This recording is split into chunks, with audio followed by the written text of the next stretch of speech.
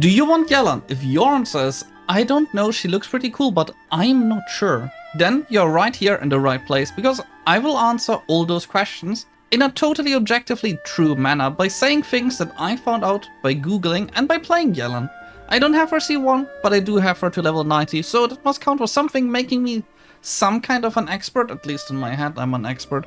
That is why I will give you 5 reasons why I think you should get Yelan the moment you get the chance to do that. So let's go ahead and get right into it. First off, let's start with what might be the single greatest thing about Yelan, and it is the fact that she is maybe the greatest sub DPS in the game. In the end, she's as Xingqiu, just in female. And just as great, with huge damage numbers applied to any character you have in your party. And by big numbers, I actually mean properly big numbers. Easily reaching 30k or more bonus damage per hit. Turning your main DPS into a true machine, as the blue numbers that appear next to their damage just keep getting bigger and bigger the more you work on her and upgrading her. You can also try to use her as a main DPS, but her actual normal attack sucks ass. The second reason is something that I myself actually always considered a big bonus when I just got her at the time when she was first released. Not only can Yelan actually deal massive damage, she is also actually very decent at crowd control, as with her E skill, she can tie enemies together and throw them to their feet.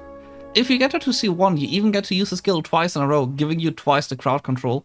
While it isn't the greatest at that, and there are surely better options for it, the damage from the skill itself is the more impressive part, and that is the big thing about it. Not only is it crowd control, but it is also a battery, and it deals a lot of damage, making it quite a neat feature that you can use while you actually just charge her up to use her ultimate attack again. And the third reason might actually be one of the best reasons to get her. Yelan is actually in fact quite cheap to build. Since her normal attack sucks anyway, and her E is basically just a battery to use her ultimate, you can basically just start totally focus on her ultimate and just build that up. Her artifact set is on top of that one of the anyway most popular artifact sets in the game, used by almost every other character in the game anyway. And her level up materials are easy to get as well, as they are just crunches you get from the beaches of Liyue, and getting to Liyue isn't the hardest part. And the other boss you actually need to kill to actually level her up is the underground worm from the chasm. And all in all, that makes her actually pretty easy to level up, and makes it not that bad to actually level her up when you're just starting the game, compared to other characters where you might need to do quite a lot of quest chains to even get there. When it comes to Yelan being a Hydra DPS, she is actually a Hydra DPS that simply applies her whoosh whoosh water effects to every other character in your team. And that comes in pretty handy when it comes to actually building a team using her, as she can be a good combo with about any other character that uses normal attacks. So if you have a team, Yelan will most likely fit in with your main DPS and just be a good addition to your team regardless of what your team is. And obviously, we can't forget that Yelan's character design is simply great. There's nothing you can say about that. If you do, that is a mistake. And she has among the best jiggle physics in the game, which is a big bonus on top of that. Yelan can also tie up hilly trolls, criminals, samurai, and about anything else. But what she can especially tie up is, she can tie me up. So, should you actually get Yelan? If you don't have her, the answers are definitive yes, as she's a very good addition to your team, regardless of your situation most likely.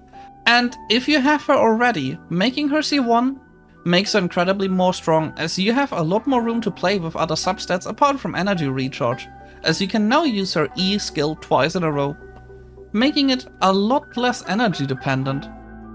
But obviously the last question left at this point is, should you get her 5-star weapon as well? Well, the answer here is, it depends. It is a decent upgrade compared to a 4-star bow.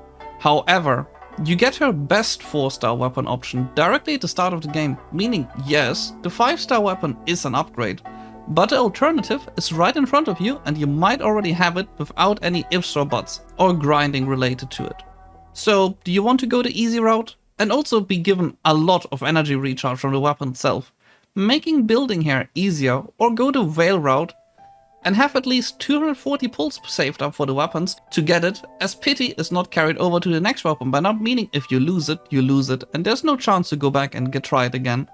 But in return, get a potentially even stronger Yelan. Well, the choice in that regard is up to you, but I would just suggest don't pull on the weapon banner unless you can guarantee that you should win a 5-star weapon at least once.